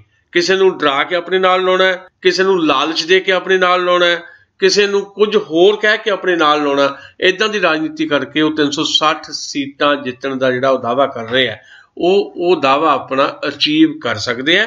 ਪਰ ਇਹਦੇ ਲਈ ਸਭ ਤੋਂ ਜਿਹੜਾ ਮਹੱਤਵਪੂਰਨ ਕਾਰਕ ਹੋਏਗਾ ਉਹ ਵਿਰੋਧੀ ਧਿਰ ਦੀ ਜਿਹੜੀ ਇੱਕ ਮੁਰਤਾ ਨਹੀਂ ਹੈ, ਉਹ ਇੱਕ ਕਾਰਨ ਹੋਏਗਾ। ਜੇ ਵਿਰੋਧੀ ਧਿਰ ਜਿਹੜੀ ਭਾਰਤੀ ਜਨਤਾ ਪਾਰਟੀ ਦੇ ਖਿਲਾਫ ਜਿਹੜੀ ਧਿਰ ਹੈ ਚੋਣ ਰਾਜਨੀਤੀ ਦੇ ਵਿੱਚ, ਮੇਰਾ ਚੋਣ ਰਾਜਨੀਤੀ ਜਿਸ ਕਿਸਮ ਦੀ ਹੋ ਰਹੀ ਹੈ, ਡੈਮੋਕ੍ਰੇਸੀ ਦਾ ਜੋ ਮਜ਼ਾਕ ਉਡਾਇਆ ਜਾ ਰਿਹਾ, ਇਹਦੇ 'ਚ ਬਹੁਤਾ ਵਿਸ਼ਵਾਸ ਨਹੀਂ ਹੈ। ਪਰ ਜਦੋਂ ਅਸੀਂ ਗੱਲ ਕਰ ਰਹੇ ਚੋਣ ਰਾਜਨੀਤੀ ਦੀ, ਤਾਂ ਉਹ ਚੋਣ ਰਾਜਨੀਤੀ ਦੇ ਵਿੱਚ ਜਿਹੜੀ ਵਿਰੋਧੀ ਧਿਰ ਹੈ ਕਾਂਗਰਸ ਪਾਰਟੀ ਦੀ ਅਗਵਾਈ ਦੇ ਵਿੱਚ, ਉਹ ਇੰਨੀ ਕਮਜ਼ੋਰ ਹੋ ਚੁੱਕੀ ਹੈ। ਉਹ ਆਪਣੀ ਕਮਜ਼ੋਰੀ ਜਿਹੜੀ ਹੈ ਦੂਰ ਕਰੇ ਤੇ ਇਹ ਆਪਣੀ ਗੱਠਜੋੜ ਜਿਹੜਾ ਇਸ ਕਿਸਮ ਦਾ ਉਹ ਬਣਾਉਣ। ਨਤੀਸ਼ ਕੁਮਾਰ ਦੇ ਜਾਣ ਦੇ ਨਾਲ ਇੱਕ ਥਾਂ ਖਾਲੀ ਹੋ ਗਈ ਹੈ। ਸ਼ਰਦ ਯਾਦਵ ਨੇ ਕੋਸ਼ਿਸ਼ ਕੀਤੀ ਹੈ ਵੀ 16-17 ਪਾਰਟੀਆਂ ਇਕੱਠੀਆਂ ਕਰਕੇ ਇੱਕ ਸਾਂਝੀ ਸਿਆਸਤ ਕਰਨ ਦਾ ਉਹਨਾਂ ਨੇ ਹੋਕਾ ਦਿੱਤਾ।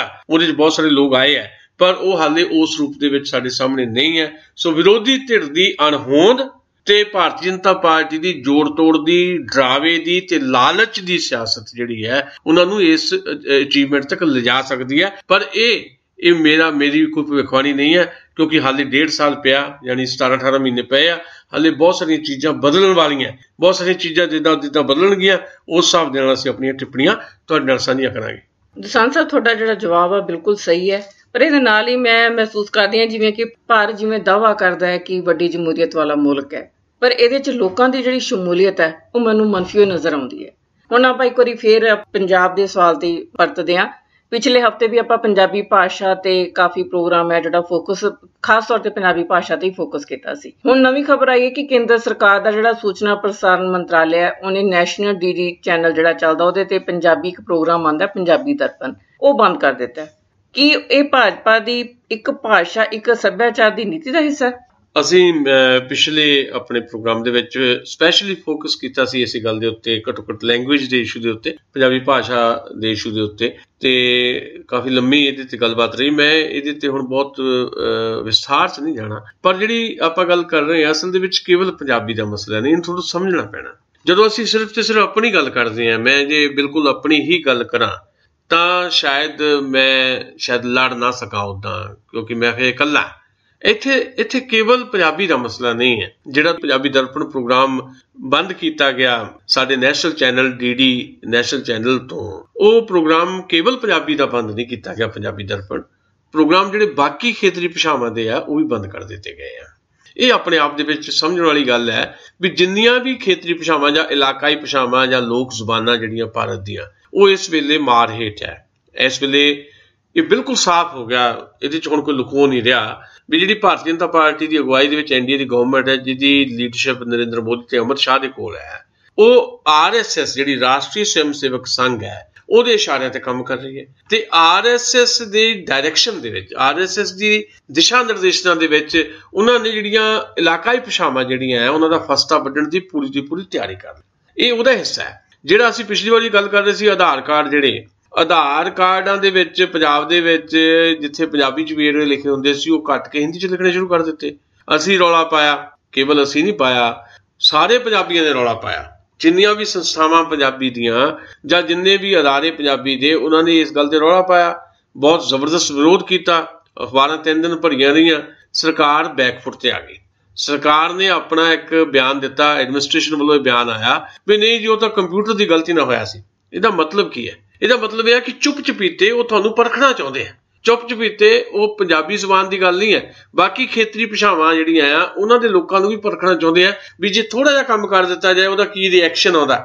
ਇਸ ਕਰਕੇ ਮੈਂ ਇਹ ਕਹਿਣਾ ਚਾਹੁੰਦਾ ਵੀ ਜਿੰਨੀਆਂ ਵੀ ਖੇਤਰੀ ਭਾਸ਼ਾਵਾਂ, ਚਾਹੇ ਤਾਮਿਲ ਹੈ, ਚਾਹੇ ਬੰਗਾਲੀ ਆ, ਚਾਹੇ ਮਲਿਆਲਮ ਹੈ, ਇਹ ਜਿੰਨੀਆਂ ਵੀ ਭਾਸ਼ਾਵਾਂ ਹੈਗੀਆਂ ਇਹਨਾਂ ਨੂੰ ਇੱਕ ਸਾਂਝਾ ਪਲੇਟਫਾਰਮ ਉਸਾਰਨਾ ਪਏਗਾ। ਜੇ ਅਸੀਂ ਪੰਜਾਬੀ ਇਕੱਲੇ ਲੜੀ ਗਏ, ਪੰਜਾਬੀ ਭਾਸ਼ਾ ਦੀ ਗੱਲ ਕਰੀ ਗਏ ਤੇ ਅਸੀਂ ਜੇ ਨਾਲ ਜਿਹੜੀ ਤਾਮਿਲ ਹੈ ਜਾਂ ਮਲਿਆਲਮ ਹੈ ਉਹਨਾਂ ਦੇ ਲੋਕਾਂ ਨਾਲ ਆਪਣੀ ਸਾਂਝ ਨਾ ਪਾਈ, ਅਸਲ 'ਚ ਇਕਜੁੱਟ ਵਿਰੋਧ ਤੇ ਪ੍ਰਤੀਰੋਧ ਜਿਹੜਾ ਆ ਉਹ ਸ਼ਾਇਦ ਸਰਕਾਰ ਨੂੰ ਇਹਦੇ ਤੋਂ ਵਾਪਸ ਮੋੜੇ, ਕਿਉਂਕਿ ਇਹ ਅਸਲ ਦੇ ਵਿੱਚ ਭਾਸ਼ਾਈ ਜਿਹੜੀ ਵੰਨ-ਸੁਵੰਨਤਾ ਸਾਡੀ ਹੈਗੀ ਭਾਰਤ ਦੀ, ਉਹਦੇ ਵਿੱਚ ਸਿੱਧੇ ਤੌਰ ਤੇ ਹਮਲਾ ਹੈ। ਸਿੱਧੇ ਤੌਰ ਤੇ ਭਾਰਤ ਨੂੰ ਹਿੰਦੂ ਤੇ ਹਿੰਦੁਸਤਾਨ, ਉਹ ਜਿਹੜੀ ਇੱਕ ਸੰਕਲਪ ਹੈ ਹਿੰਦੂ ਰਾਸ਼ਟਰਵਾਦ ਦਾ, ਜਿਹਦੇ ਬਾਰੇ ਮੈਂ ਅੱਗੇ ਵੀ ਗੱਲ ਕੀਤੀ ਹੈ ਕਿ 2025 ਦੇ ਵਿੱਚ ਰਾਸ਼ਟਰੀ ਸਵੈਮ ਸੇਵਕ ਸੰਘ ਦਾ ਜਿਹੜਾ ਸਥਾਪਨਾ ਦਿਵਸ ਆ ਰਿਹਾ, 2025 'ਚ ਉਹ ਐਲਾਨਣਾ ਚਾਹੁੰਦੇ ਆ ਕਿ ਭਾਰਤ ਜੀ ਪੂਰੀ ਤਰ੍ਹਾਂ ਹਿੰਦੂ ਰਾਸ਼ਟਰ ਬਣ ਗਿਆ। ਅੱਜ ਜਦੋਂ ਆਪਾਂ ਹੁਣੇ ਗੱਲ ਕਰ ਰਹੇ ਸੀ 360 ਸੀਟਾਂ ਦੀ ਬੀਜੇਪੀ ਦੀਆਂ ਜਿਹੜੀਆਂ ਉਹ ਦਾਅਵਾ ਕਰ ਰਹੇ ਅਮਿਤ ਸ਼ਾਹ, ਉਸੇ ਅਮਿਤ ਸ਼ਾਹ ਨੇ ਇਹ ਵੀ ਕਿਹਾ ਕਿ ਅਸੀਂ 5-10 ਸਾਲਾਂ ਲਈ ਸੱਤਾ 'ਚ ਨਹੀਂ ਆਏ, ਅਸੀਂ ਤਾਂ ਅਗਲੇ 50 ਸਾਲ ਹਿੰਦੁਸਤਾਨ ਤੇ ਹੁਕੂਮਤ ਕਰਨੀ ਹੈ। ਮੈਂ ਕਹਿੰਦਾ ਕਿ 2019 'ਚ ਆ ਗਏ ਤਾਂ ਭਾਰਤ ਦਾ ਇੰਨਾ ਜ਼ਬਰਦਸਤ ਬੇੜਾ ਗਰਕ ਹੋ ਜਾਊਗਾ ਵੀ ਭਾਰਤ ਦੇ ਵਿੱਚ ਅਨਾਰਕੀ ਫੈਲ ਜਾਏਗੀ, ਅਰਾਜਕਤਾ ਫੈਲ ਜਾਏਗੀ। ਜਿਹੜੇ ਬਹੁਤ ਸੱਭਿਆਚਾਰ ਹੈ ਸਾਡਾ, ਜਿਹੜੀ ਸਾਡੀ ਪਿੱਚ ਹੈ, ਸਾਡਾ ਜਿਹੜਾ ਬਹੁਤ ਸੱਭਿਆਚਾਰ, ਬਹੁਤ ਭਾਸ਼ਾ, ਬਹੁਤ ਧਰਮ ਜਿਹੜੇ ਹੈ, ਇਹਨਾਂ ਦੇ ਇੰਨੇ ਜ਼ਬਰਦਸਤ ਟਕਰਾਅ ਪੈਦਾ ਹੋ ਜਾਣਗੇ ਕਿ ਦੇਸ਼ ਟੁੱਟਣ ਦੇ ਕਿਨਾਰੇ ਪਹੁੰਚ ਜਾਏਗਾ। ਸੋ ਇਸ ਕਰਕੇ ਮੈਨੂੰ ਲੱਗਦਾ ਹੈ ਕਿ ਵਿਰੋਧ, ਪ੍ਰਤੀਰੋਧ, ਲੇਖਕਾਂ, ਚਿੰਤਕਾਂ, ਵਿਦਵਾਨਾਂ ਦਾ ਵਿਰੋਧ ਤਾਂ ਚਾਹੀਦਾ ਆ, ਪਰ ਸਥਿਤੀਆਂ ਨੂੰ ਰਾਜਸੀ ਤਾਕਤਾਂ ਨੇ ਬਦਲਣਾ ਹੁੰਦਾ ਹੈ। ਇਸ ਕਰਕੇ ਆਵਾਮ ਦਾ ਵਿਰੋਧ ਜ਼ਰੂਰੀ ਹੈ। ਜੇ ਮੈਂ ਇੱਕ ਪੰਜਾਬੀ ਦੇ ਤੌਰ ਤੇ ਗੱਲ ਕਰਾਂ, ਮੈਂ ਲੇਖਕ ਦੇ ਤੌਰ ਤੇ ਗੱਲ ਨਾ ਕਰਾਂ, ਜੇ ਮੈਨੂੰ ਇੱਕ ਪੰਜਾਬੀ ਹੋਣ ਦੇ ਨਾਤੇ ਸਮਝ ਆ ਜਾਏ ਕਿ ਮੇਰੀ ਪੰਜਾਬੀ ਮੇਰੇ ਤੋਂ ਖੋਈ ਜਾ ਰਹੀ ਹੈ, ਤੇ ਜੇ ਮੇਰੇ ਤੋਂ ਮੇਰੀ ਪੰਜਾਬੀ ਖੋ ਲਈ ਤਾਂ ਫਿਰ ਮੈਂ ਵੀ ਨਹੀਂ ਰਹਿਣਾ। ਜੇ ਜ਼ੁਬਾਨ ਬਚੇਗੀ ਤਾਂ ਬੰਦਾ ਬਚੇਗਾ, ਜੇ ਬੰਦਾ ਬਚੇਗਾ ਤਾਂ ਪੰਜਾਬੀਅਤ ਬਚੇਗੀ, ਪੰਜਾਬ ਬਚੇਗਾ। ਏਦਾਂ ਹੀ ਜੇ ਬੰਗਾਲੀ ਬਚੇਗੀ ਤਾਂ ਬੰਗਾਲ ਦਾ ਬੰਦਾ ਬਚੇਗਾ, ਬੰਗਾਲੀ ਭਾਸ਼ਾ ਬਚੇਗੀ, ਬੰਗਾਲ ਬਚੇਗਾ। ਨਹੀਂ ਤੇ ਸਾਰੇ ਮੁਲਕ ਨੂੰ ਇੱਕ ਰੱਸੇ ਬੰਨਣ ਦੀ ਤਿਆਰੀ ਹੈ। ਤੁਸੀਂ ਇੱਕੋ ਜਿਹਾ ਖਾਓ, ਤੁਸੀਂ ਇੱਕੋ ਜਿਹਾ ਪੀਓ, ਤੁਸੀਂ ਫਲਾਨੀ ਚੀਜ਼ ਪਾਓ, ਫਲਾਨੀ ਚੀਜ਼ ਨਾ ਪਾਓ, ਇਸ ਤਰ੍ਹਾਂ ਦੀਆਂ ਜਿਹੜੀਆਂ ਡਾਇਰੈਕਸ਼ਨ ਜਾਂ ਹੁਕਮ ਹੈ, ਇਹ ਹੁਕਮ ਘੱਟੋ ਘੱਟ ਭਾਰਤ ਦੇ ਵਿੱਚ ਮਨਜ਼ੂਰ ਨਹੀਂ ਹੈ। ਤੇ ਉਹਦਾ ਸਭ ਤੋਂ ਪਹਿਲਾ ਹਮਲਾ ਭਾਸ਼ਾ ਤੇ ਹੁੰਦਾ ਹੈ। ਪਹਿਲਾਂ ਅਗਲੇ ਦੀ ਭਾਸ਼ਾ ਖੋਲੋ, ਉਹਦਾ ਸਾਰਾ ਸੱਭਿਆਚਾਰ ਖੋਲਿਆ ਜਾਂਦਾ ਹੈ। ਭਾਸ਼ਾ ਗਈ, ਸੱਭਿਆਚਾਰ ਵੀ ਗਿਆ। ਇਸ ਕਰਕੇ ਲੋੜ ਇਸ ਗੱਲ ਦੀ ਹੈ ਵੀ ਅਸੀਂ ਕੇਵਲ ਪੰਜਾਬੀ ਨਾ ਹੋ ਕੇ ਸਮੁੱਚੇ ਭਾਰਤ ਦੀਆਂ ਜਿਹੜੀਆਂ ਜ਼ੁਬਾਨਾਂ ਦੇ ਉੱਤੇ ਇੱਕ ਹਮਲਾ ਹੋਇਆ, ਉਹਦੇ ਖਿਲਾਫ ਇੱਕ ਲੜਾਈ ਦੇ ਮੈਦਾਨ 'ਚ ਨਿਤਰਨ ਦਾ ਮਨ ਬਣਾਈਏ। ਕਿਤੇ ਨਾ ਕਿਤੇ ਗੱਲ ਕਰੀਏ, ਗੱਲ ਕਰਿਆ ਹੀ ਗੱਲ ਅੱਗੇ ਤੁਰਦੀ ਹੈ। ਬੰਦਾ ਸੋਚਦਾ ਤਾਂ ਹੀ ਗੱਲ ਅੱਗੇ ਕਰਦਾ ਹੈ। ਜੇ ਬੰਦਾ ਸੋਚਦਾ ਨਹੀਂ, ਜੇ ਬੰਦਾ ਬੋਲਦਾ ਨਹੀਂ, ਤਾਂ ਫਿਰ ਬੰਦਾ ਮਰ ਜਾਂਦਾ ਹੈ। ਮਰਨ ਤੋਂ ਬਚੀਏ, ਜ਼ਿੰਦਗੀ ਨੂੰ ਜੀਏ ਤੇ ਜ਼ਿੰਦਗੀ ਨੂੰ ਜੀਣ ਲਈ ਆਪਣੀ ਜ਼ੁਬਾਨ ਨੂੰ ਬਚਾਈਏ। ਇਸ ਲੜਾਈ ਦਾ ਅਹਿਦ ਆਪਾਂ ਨੂੰ ਕਰਨਾ ਹੀ ਪੈਣਾ। ਬਿਲਕੁਲ ਠੀਕ ਦੁਸਾਂਝ ਸਾਹਿਬ, ਇਹ ਕੋਈ ਇਕੱਲੇ ਕਹਿਰੇ ਦੀ ਲੜਾਈ ਨਹੀਂ, ਇਹ ਕੋਈ ਲੇਖਕਾਂ ਦੀ, ਕਿਸੇ ਬੁੱਧੀਜੀਵੀ ਦੀ ਲੜਾਈ ਨਹੀਂ ਹੈ। ਇਹ ਸਮੁੱਚੇ ਪੰਜਾਬੀਆਂ ਦੀ ਲੜਾਈ ਹੈ ਤੇ ਸਾਨੂੰ ਸਮੁੱਚੇ ਤੌਰ ਤੇ ਹੋ ਕੇ ਇਸ ਲੜਾਈ ਦੇ ਨਾਲ ਜਿਹੜਾ ਨਿਤਰਨਾ ਪਊਗਾ। ਇਸ ਦੇ ਨਾਲ ਹੀ ਸਾਡਾ ਪਹਿਲਾ ਸੈਗਮੈਂਟ ਆ ਉਹ ਖਤਮ ਹੁੰਦਾ ਹੈ। ਦੂਜੇ ਸੈਗਮੈਂਟ 'ਚ ਇੱਕ ਕਮਰਸ਼ੀਅਲ ਬ੍ਰੇਕ ਤੋਂ ਬਾਅਦ ਅਸੀਂ ਪੰਜਾਬੀ ਦੇ ਉੱਘੇ ਸ਼ਾਇਰ ਤ੍ਰੈਲੋਚਨ ਲੋਚੀ ਨੂੰ ਸੁਣਾਂਗੇ। ਇਹ ਪੰਜਾਬੀ ਰੇਡੀਓ USA ਹੈ ਤੇ ਸਾਂਝੀ ਸਾਥ ਦੇ ਦੂਸਰੇ ਸੈਗਮੈਂਟ ਦੇ ਵਿੱਚ ਚੰਡੀਗੜ੍ਹ ਸਟੂਡੀਓ ਤੋਂ ਮੈਂ ਸੁਸ਼ੀਲ ਦੋਸਾਂਝ ਤੁਹਾਡੇ ਲਈ ਫਿਰ ਹਾਜ਼ਰ ਹਾਂ। ਜਿਵੇਂ ਪਹਿਲੇ ਸੈਗਮੈਂਟ 'ਚ ਮੈਂ ਤੁਹਾਨੂੰ ਦੱਸ ਕੇ ਗਿਆ ਕਿ ਅੱਜ ਸਾਡੇ ਦੂਸਰੇ ਸੈਗਮੈਂਟ ਦੇ ਵਿੱਚ ਸਾਡੇ ਮਹਿਮਾਨ ਸ਼ਾਇਰ ਹੋਣਗੇ ਤ੍ਰੈਲੋਚਨ ਲੋਚੀ। ਆਪਾਂ ਇਹਨਾਂ ਦੀ ਸ਼ਾਇਰੀ ਮਾਣਾਂਗੇ। ਜਦੋਂ ਅਸੀਂ ਪੰਜਾਬੀ ਗਜ਼ਲ ਦੀ ਅਸਮਤ ਦੀ ਗੱਲ ਕਰਦੇ ਹਾਂ ਤਾਂ ਤ੍ਰੈਲੋਚਨ ਲੋਚੀ ਦਾ ਨਾਂ ਆਪ ਮੁਹਾਰੇ ਮੂੰਹ ਤੇ ਆ ਜਾਂਦਾ ਹੈ। ਤ੍ਰੈਲੋਚਨ ਲੋਚੀ ਦੇ ਕੋਲ ਜਿੱਥੇ ਸ਼ਬਦਾਂ ਦੀ ਤਾਕਤ ਹੈ, ਉੱਥੇ ਇਹਦਾ ਸੁਰ ਸ਼ਬਦਾਂ ਨੂੰ ਜਿਹੜੀ ਰਵਾਨੀ ਬਖਸ਼ਦਾ ਹੈ, ਉਹਦੇ ਨਾਲ ਇੱਕ ਨਵਾਂ ਸੁਰ ਪੈਦਾ ਹੋ ਜਾਂਦਾ ਹੈ ਤੇ ਸ਼ਬਦ ਸਰਗਮ ਦੇ ਰੂਪ ਦੇ ਵਿੱਚ ਸਾਡੇ ਸਾਹਮਣੇ ਆਉਂਦੇ ਆ। ਪੰਜਾਬੀ ਦੇ ਇਸ ਸ਼ਾਨਦਾਰ ਕਵੀ ਨੂੰ ਪੰਜਾਬੀ ਰੇਡੀਓ USA ਦੇ ਸਰੋਤਿਆਂ ਲਈ ਪੇਸ਼ ਕਰਦਿਆਂ ਮੈਂ ਫਖਰ ਮਹਿਸੂਸ ਕਰਦਾ। ਆਓ ਜੀ, ਤ੍ਰੈਲੋਚਨ ਲੋਚੀ। ਬਹੁਤ ਸ਼ੁਕਰੀਆ ਸੁਸ਼ੀਲ ਜੀ। ਗਜ਼ਲ ਤੋਂ ਪਹਿਲਾਂ ਚੰਦ ਸ਼ੇਰ ਗਜ਼ਲ ਦੇ ਕਿ ਪਤਾ ਨੀ ਤਿਤਲੀ ਕੀ ਗੱਲਾਂ ਕਰ ਜਾਂਦੀ, ਪਤਾ ਨੀ ਤਿਤਲੀ ਕੀ ਗੱਲਾਂ ਕਰ ਜਾਂਦੀ, ਫੁੱਲਾਂ ਦੇ ਵਿੱਚ ਮਹਿਕ ਨਹੀਂ ਐਵੇਂ ਭਰ ਜਾਂਦੀ।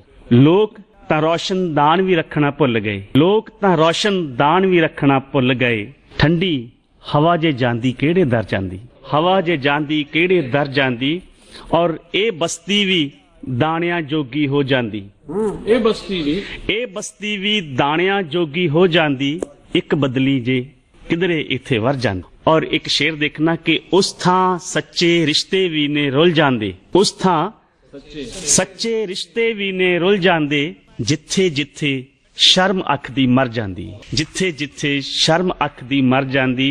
और एक शेर है मक्ता गजल दा कि तैनू लोची शब्द बचाई फिरदे ने, तैनू लोची शब्द बचाई फिरदे ने, नहीं तां तेरी हस्ती हुन खर जांदी, पता नहीं तितली की गल्लां कर जांदी, फुल्लां दे विच महक नहीं एवें भर जांदी। एक गजल तरन्नम च पेश करांगा कि बड़ा गुस्ताख है ये शहर तेरा कि जिथे सहम के हुंदा सवेरा, बड़ा गुस्ताख है ये शहर तेरा, बहुत अच्छे, बड़ा गुस्ताख है ये शहर तेरा कि जिथे सहम के हुंदा सवेरा, बड़ा गुस्ताख है ये शहर तेरा। शेर सुनना।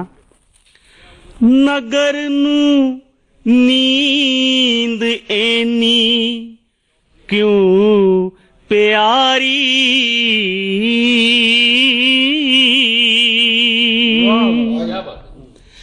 नगर नू नींद एनी क्यों प्यारी, चिरागों सखना है हर बनेरा, चिरागों सखना है हर बनेरा। शुक्रिया जी। नगर नू नींद एनी क्यों प्यारी,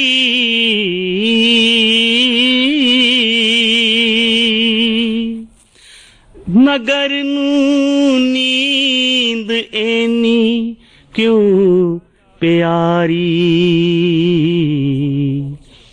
चिरागों सखना है हर बनेरा,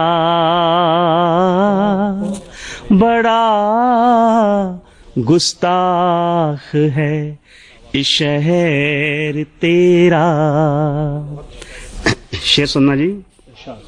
मुसीबत नू कहीं आवे कदे तां,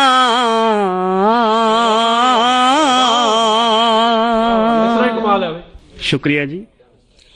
मुसीबत नू कहीं आवे कदे तां, पछाना कौन है हमदर्द मेरा, पछाना कौन है हमदर्द मेरा, बड़ा गुस्ताख है इस शहर तेरा। एक शेर सुनना। तुसी शब्दां नू पिछे छड़ आए,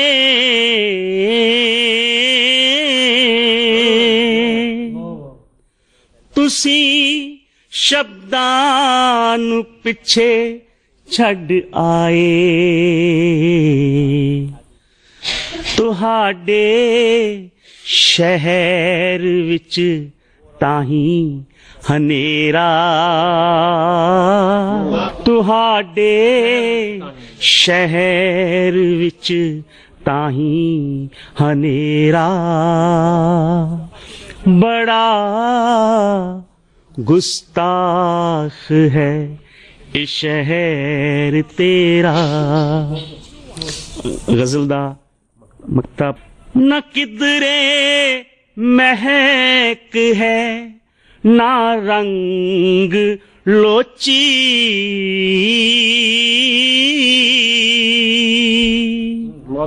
न किधरे महक है न रंग लोची, तू कैसे शहर विच कीता बसेरा, तू कैसे शहर विच कीता बसेरा। बहुत बहुत मेहरबानी त्रिलोचन लोची जी। सਤਿਕਾਰ ਦੋਸਤੋ, ਸਾਂਝੀ ਸਾਥ ਦੇ ਦੂਜੇ ਸੈਗਮੈਂਟ 'ਚ ਤੁਸੀਂ ਸਾਡੇ ਸ਼ਾਇਰ त्रिलोचन लोची ਨੂੰ ਸੁਣਿਆ। त्रिलोचन लोची ਦੀ ਇਸ ਬਹੁਤ ਹੀ ਪਿਆਰੀ ਸ਼ਾਇਰੀ ਦੇ ਨਾਲ ਅੱਜ ਅਸੀਂ ਤੁਹਾਡੇ ਤੋਂ ਵਿਦਾ ਲਵਾਂਗੇ। ਅਗਲੇ ਹਫਤੇ ਸਾਂਝੀ ਸਾਥ ਦੇ ਵਿੱਚ ਇਸੇ ਵਕਤ ਆਪਣੀ ਫਿਰ ਮੁਲਾਕਾਤ ਹੋਏਗੀ। ਬਹੁਤ ਬਹੁਤ ਮਿਹਰਬਾਨੀ, ਬਹੁਤ ਬਹੁਤ ਸ਼ੁਕਰੀਆ।